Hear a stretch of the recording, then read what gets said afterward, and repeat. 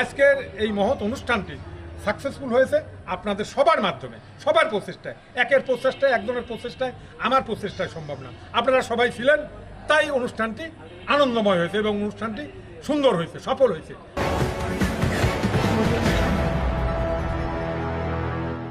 সবার ভালোই ভালো, নিজের ভালো ভালো না।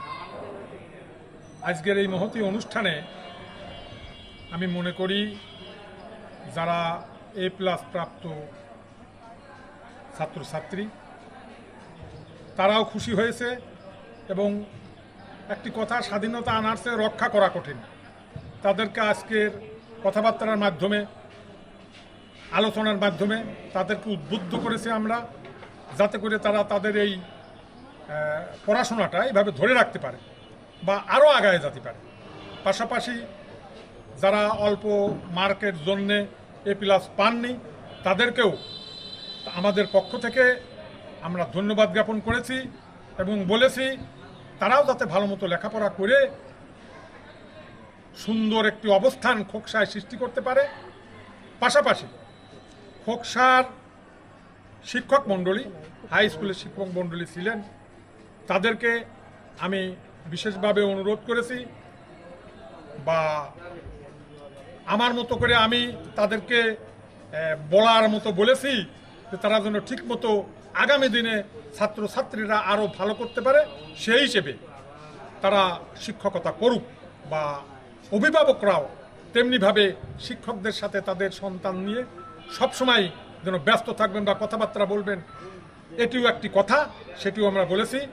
আরেকটি কথা হলো, আমাদের খোকসা একটি ছোট্ট উপজেলা হলেও এখানকার যে সম্মানিত ইউনো মহোদয় অত্যন্ত স্নেহাস্পদ, অত্যন্ত ভালো মানুষ। সবার মধ্যে তার মেলামেশা চলাফেরা আমরা মনে করি তার হাত দিয়ে সে অনেক সময় আসে একটা স্কুলে ঢোকে, 1 ঘন্টা ক্লাস নেয়। এভাবে যদি করে কোনো শিক্ষকই আর দুর্বলতা প্রকাশ করতে পারবে না। তাদেরকেও তার মতো করে, সবার মতো করে ভালো করে যাদের শিক্ষা দিতে পারে সেভাবে তারাও ঠিকমতো স্কুলে আসবে, ঠিকমতো পড়াশোনা করাবে। আরেকটি কথা, আপনারা সাংবাদিক বৃন্দ, লেখনী বড় শক্তি, কিন্তু সেই লেখনীটা হতে হবে সঠিকভাবে, সঠিক পথে। কেউ যেন অতিরঞ্জিতেও কিছু না লেখে, কেউ যেন কমও না লেখে।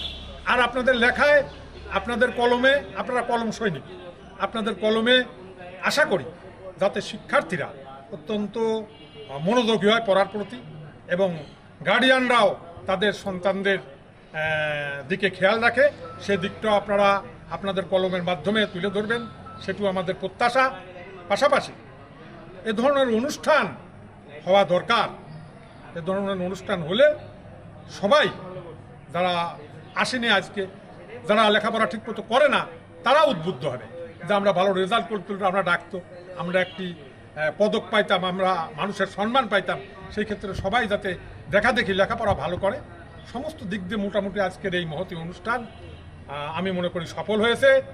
আর একটি কথা, এই মহতী অনুষ্ঠানের যারা আয়োজক, যেমন আমার সন্তান, আমার প্রিয় সন্তান, ও লেখাপড়া করেছে এই স্কুলে, এই কলেজেই, আমরাও এখানে কলেজে এই স্কুলে লেখাপড়া করেছি, আমরাও এখানে মানুষ হয়েছি, আমাদের নারী নক্ষত্র সবই এখানে পোতা রয়েছে। কাজেই আমরা আশা করি খোকসার প্রতি শিক্ষানুরাগী হিসেবে আমি সদা সর্বদা আমার জীবনকে বিলিয়ে দিতে আমি প্রস্তুত আছি। আপনারা দোয়া করবেন, আমার সন্তানের জন্য দোয়া করবেন।